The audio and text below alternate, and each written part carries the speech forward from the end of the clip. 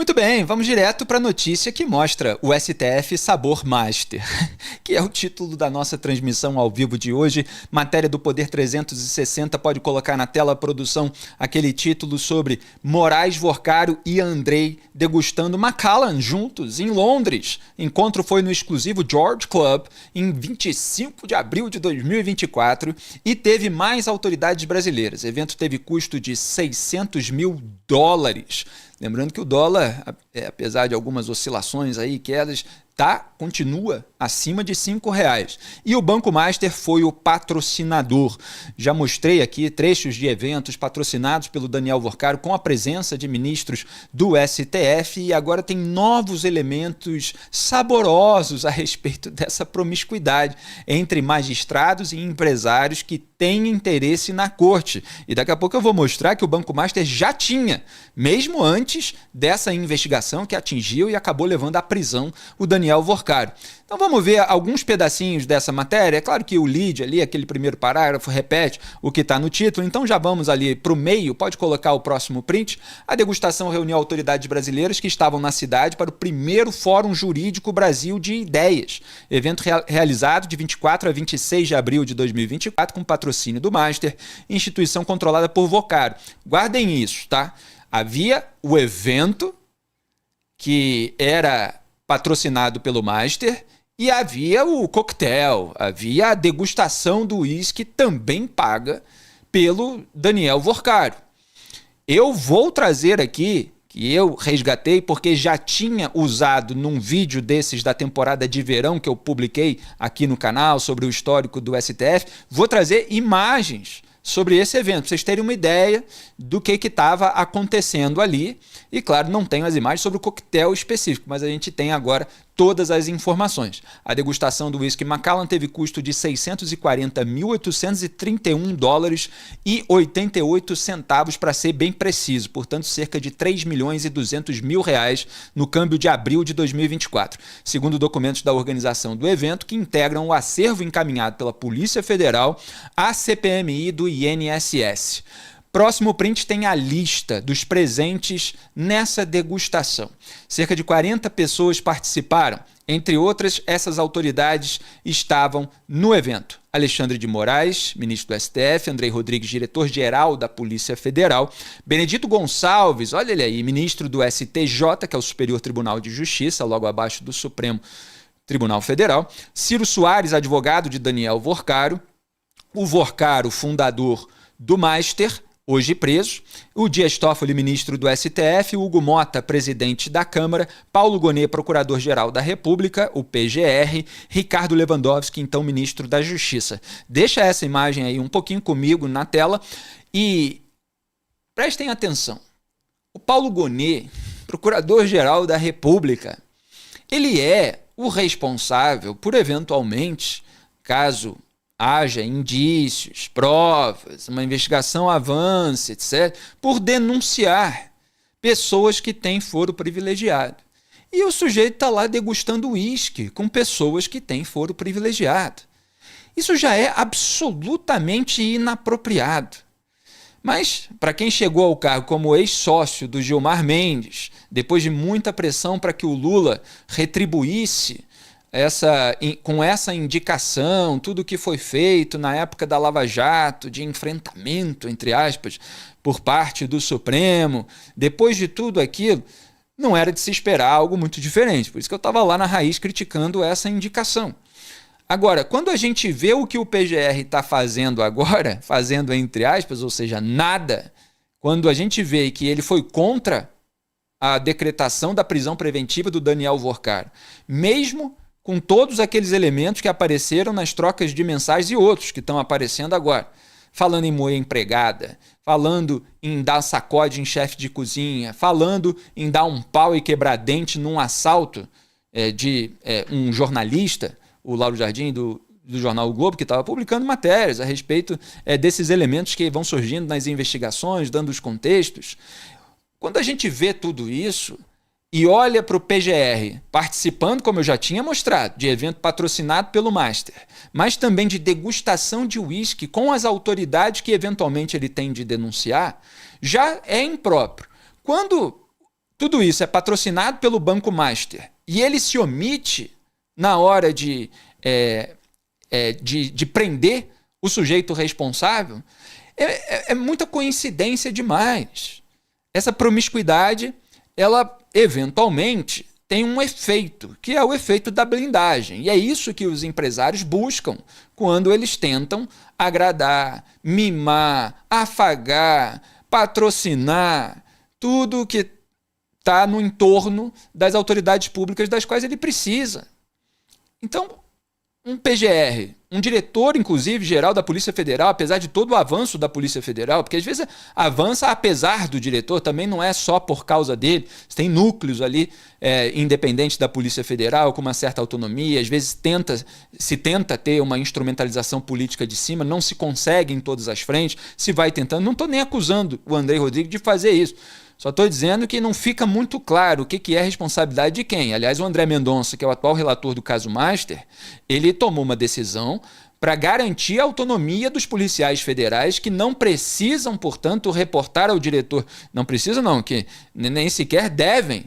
Ele vetou ali que tudo fosse passado para os superiores hierárquicos, que, portanto, os policiais federais envolvidos na investigação pudessem avançar sem ficar trocando figurinha com a cúpula, que pode levar também informações para o governo Lula, que tem interesse nesse caso, no sentido, eventualmente, de blindar alguém. Então também não tinha nada que está lá, o André Rodrigues. E você tem aí o Hugo Mota, presidente da Câmara dos Deputados, que outro dia deu uma entrevista passando um pano imenso para o Dias Toffoli e repudiando as iniciativas de comissão parlamentar de inquérito, enrolando no discurso para que as CPIs que investiguem os ministros do Supremo não avancem, que elas fiquem lá no fim da fila.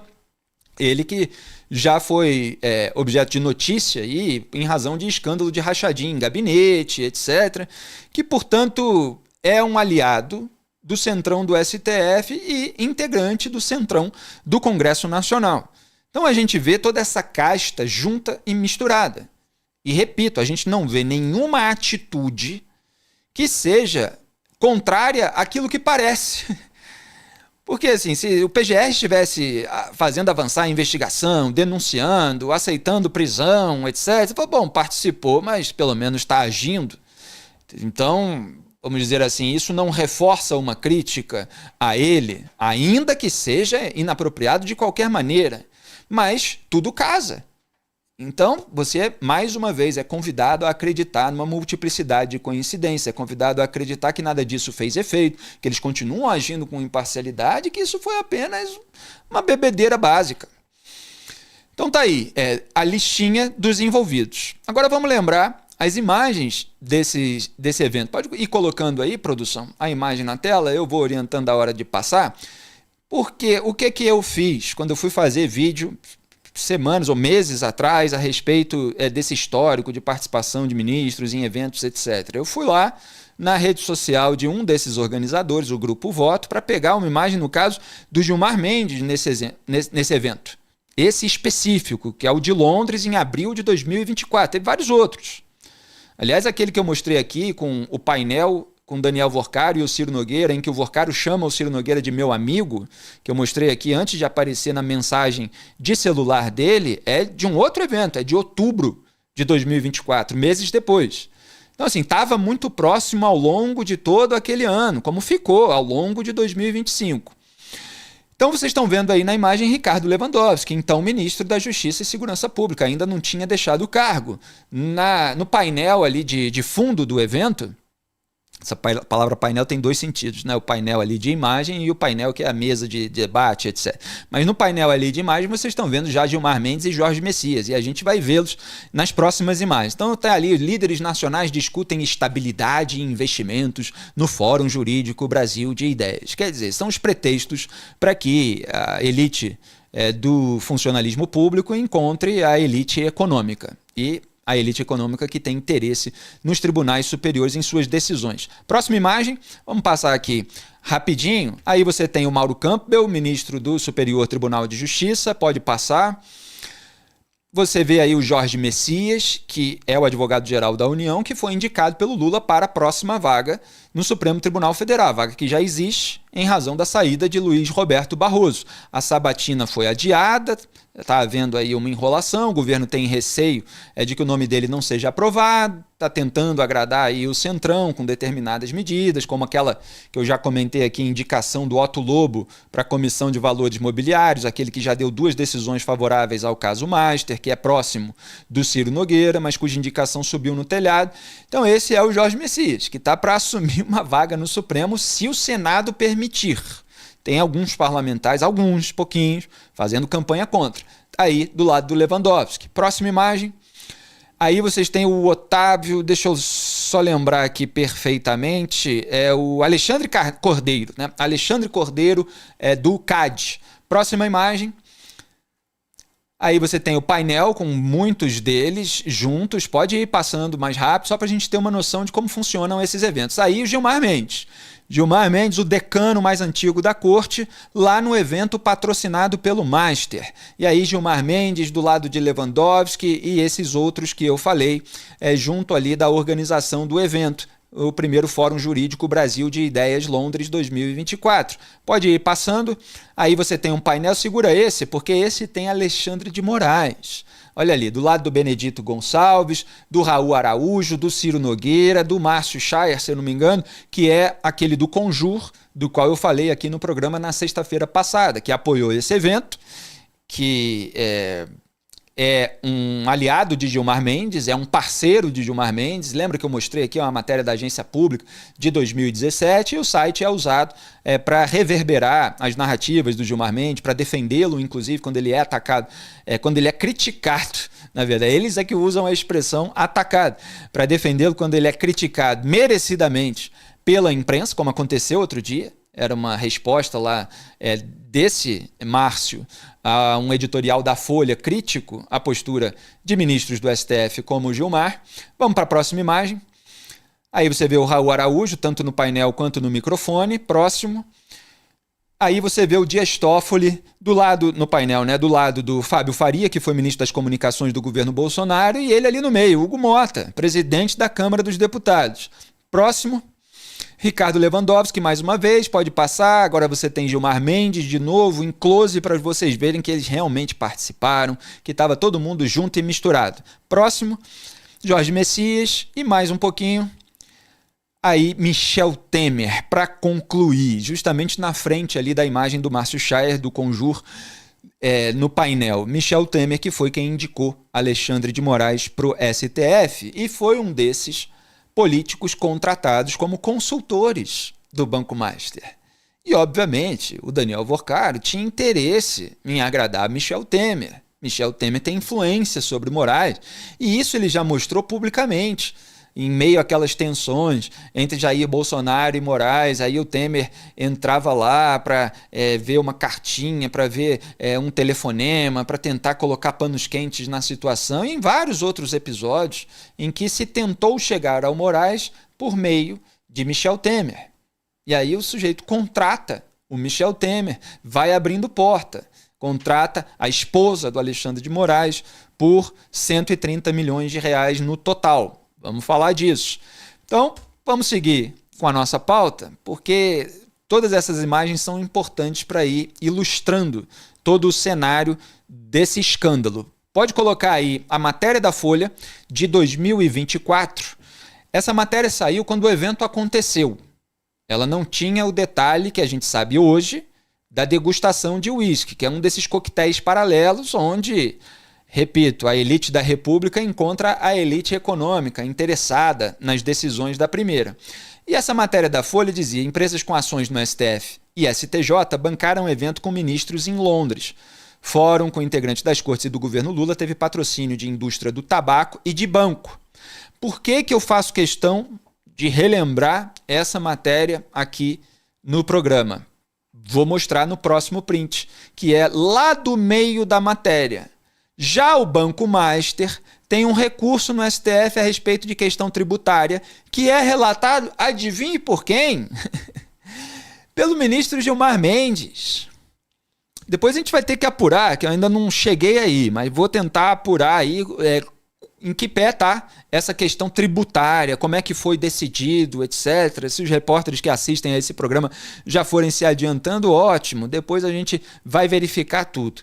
Mas eu estava dizendo, por que eu trouxe esse trecho da matéria? Para mostrar que o Banco Master, naquela circunstância, já tinha interesse em decisão do STF, já tinha recurso feito à corte, já queria uma decisão favorável e estava patrocinando um evento com participação do ministro, que é relator do recurso apresentado pelo banco do Daniel Vorcaro.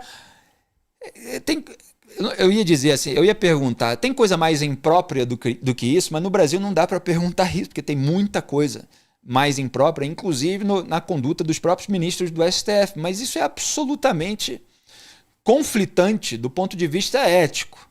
Mas claro que para muita gente pode ser um encontro feliz de interesses, como eu tenho colocado aqui no programa. Também procurado, porque aí o jornal foi questionar o Banco Master, ainda antes de estourar esses escândalos maiores, mas já visto com alguma suspeita por alguns agentes de mercado. O banco informou em nota que foi um dos vários apoiadores do evento ao viabilizar a palestra do ex-primeiro-ministro britânico Tony Blair. O Tony Blair levou uma bolada para participar desse evento e Daniel Vorcaro estava lá bancando, sabe-se lá com que dinheiro, porque a gente sabe agora da magnitude do esquema de fraude, bilionário esquema, que enganou 1.600.000 investidores, que gerou um rombo de mais de 41 bilhões de reais no Fundo Garantidor de Crédito, um rombo que continua aumentando, porque houve liquidação já de outros bancos em torno. E aí soltou essa notinha, aspas, o presidente do banco, Daniel Vorcaro, ancorou o debate, que tratou de temas como economia verde, Brexit e inteligência artificial. O banco tem apoiado diversos eventos dentro e fora do Brasil que promovam um amplo debate de ideias e representem avanços para o Brasil. Fecha aspas. Avanços para o Brasil. Era o que alegava Daniel Vorcaro. Avanço de quê? De corrupção? Avanço de fraude? Porque a gente tem muito claro isso agora, de que era isso que o banco dele estava avançando.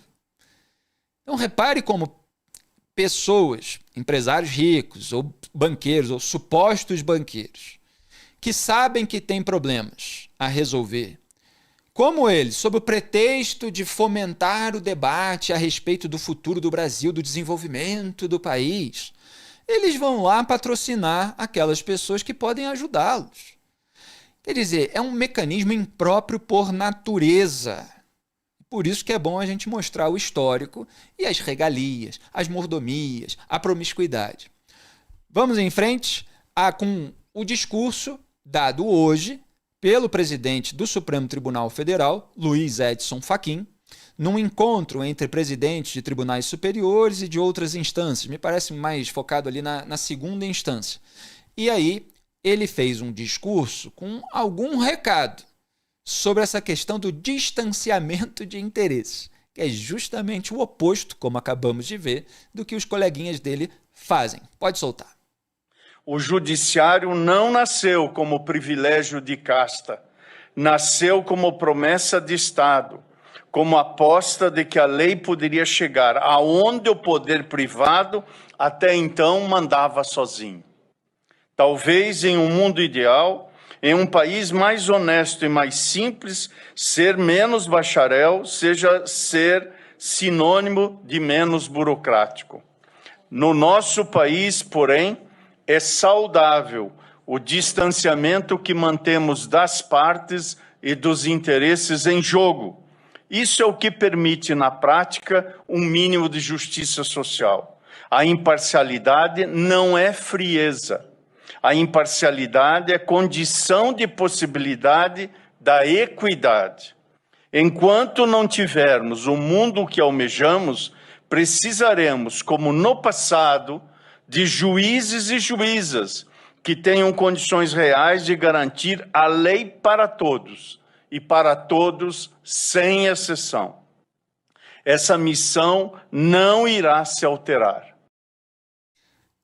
Isso é o que nós queremos ver, Luiz Edson Fachin. Essa missão não irá se alterar. Essa missão de fazer a lei valer para todos e não apenas para todos que estejam abaixo dessa casta que domina a República do Escambo.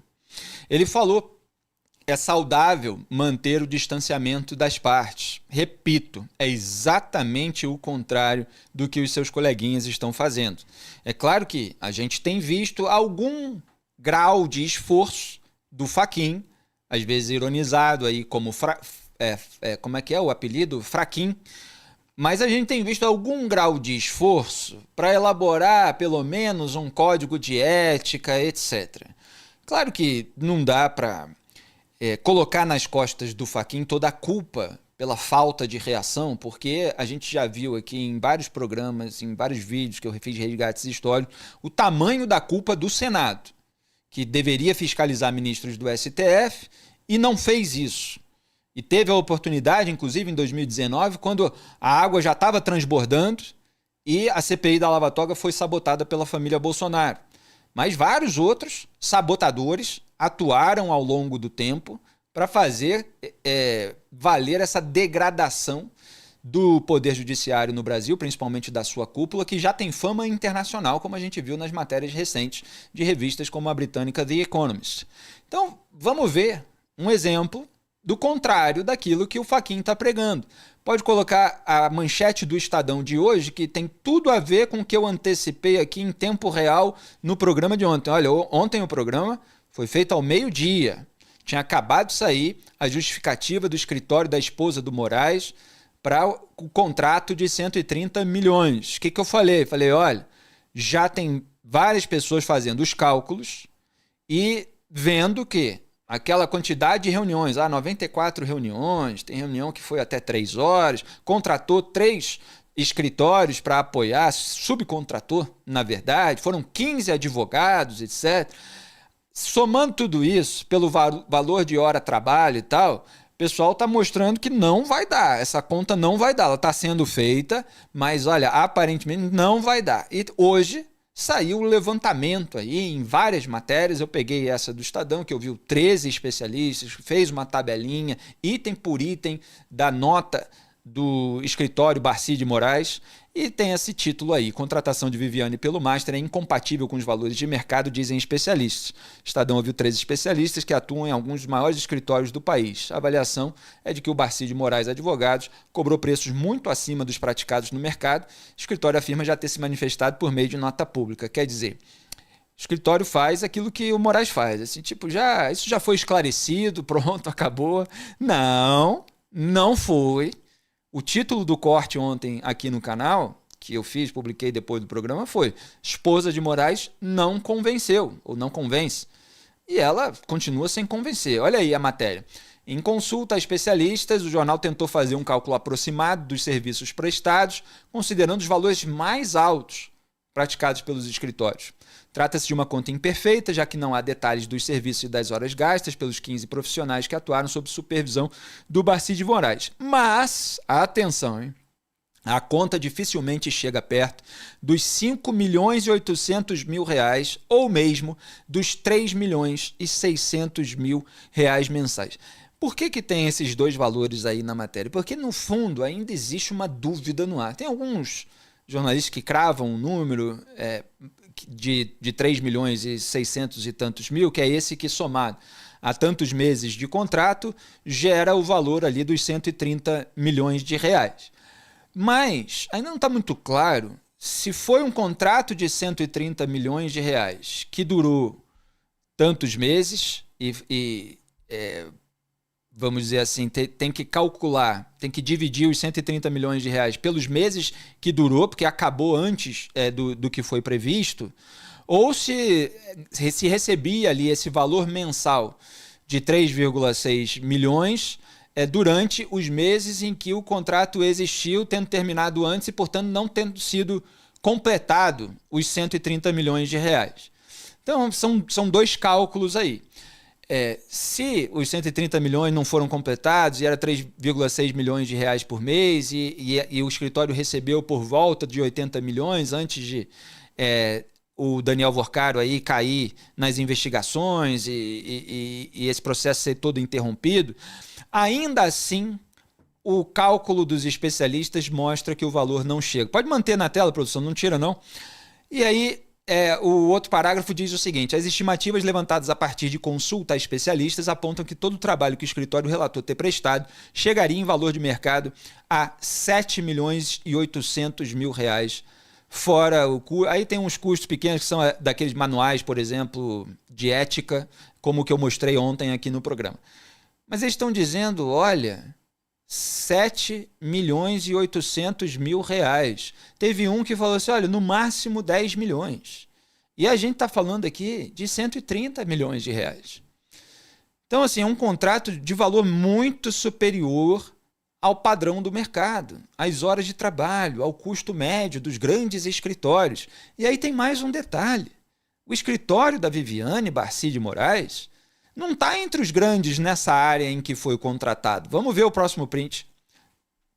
Além disso, a advogada afirma que a equipe produziu 96 pareceres, o que aumentaria o tempo consumido, mas para alcançar o valor de 129, que é aquele arredondamento, pelo modelo timesheet, seria preciso que o escritório dedicasse mais de 25.000 horas ao master, com honorários de 5.000 reais por hora trabalhada. E esse honorário aí é o mais alto de todos. É aquele assim dos sócios do escritório, os donos, etc., participarem da reunião do dia a dia ali com um cliente. Se você botar aí os 15 advogados ganhando o que ganha o sócio do escritório quando participa de uma reunião muito especial, etc., se você multiplicar tudo e tal, mesmo assim não chega. Quer dizer, precisaria ter 25.000 horas, sendo que um ano tem 8.766 horas, como bem compara a matéria. Não precisaria estar trabalhando o tempo todo, 24 horas por dia, ao longo de anos, para você fazer jus àquele valor estratosférico, astronômico.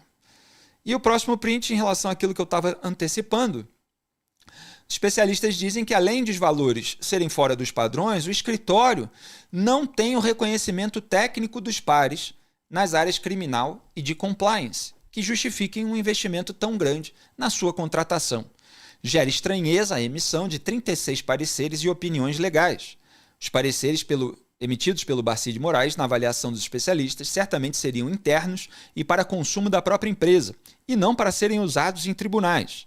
Quer dizer, é até algo menos caro do que se cobra para um parecer a ser usado no tribunal, eventualmente por alguém que já tem uma imensa trajetória jurídica, que já passou por cortes, etc. Não está batendo. Não está batendo. E eles estão querendo empurrar com a barriga, deixar a opinião pública cansar, a imprensa esmorecer e ficar tudo por isso mesmo. Então, muitos políticos de segundo, terceiro escalão, muitos servidores também de segundo, terceiro escalão, muitos cidadãos comuns eventualmente enrolados em alguma trama que esteja sendo investigada. Imagine se eles fossem pegos, flagrados, conversando com um determinado criminoso, mafioso, gangster, sendo que a sua família tem um contrato milionário cujos valores não batem com o padrão de mercado. Imaginem só se fosse a esposa do Sérgio Moro na época da Lava Jato. Vocês conseguem imaginar isso? Quem viveu sabe. Tem novas gerações chegando, dou as boas-vindas ao pessoal mais jovem que não acompanhava a política ainda 10 anos atrás, ou até um pouquinho menos. Mas olha, o Supremo Tribunal Federal não admitia um cadastro desamarrado de juiz da Lava Jato, principalmente esse centrão do STF. Imagina se um juiz como o Sérgio Moro em Curitiba, como Marcelo Bretas no Rio de Janeiro, tivessem uma esposa com um contrato de 130 milhões de reais com a empresa do sujeito que estava sendo investigado. Agora, qual é a diferença? Esses juízes, em geral, puniam os bandidos. E o que a gente tem visto no Supremo Tribunal Federal é tentativa de blindagem, operação abafa, tentativa de manter relatoria, mesmo a família tendo relação comercial com a família do criminoso, como a gente viu o Toffoli tentar fazer, travando a investigação, evitando que as provas fossem periciadas, mandando para o seu próprio gabinete, escolhendo 4 peritos a dedo.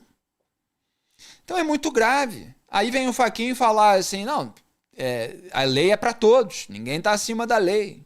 Mas e o Moraes? E o Toffoli?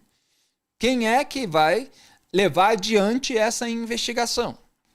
Se você tem um PGR omisso, se você tem presidentes das duas casas legislativas, Senado e Câmara, que tem rabo preso e que não deixam nada avançar. Então não é igual para todo mundo. A gente sabe que na República do Escambo a lei não vale para todos. A gente luta, evidentemente, trazendo a elucidação dos fatos, as verdades mais inconvenientes para mudar esse cenário. Mas que não é assim, está amplamente demonstrado.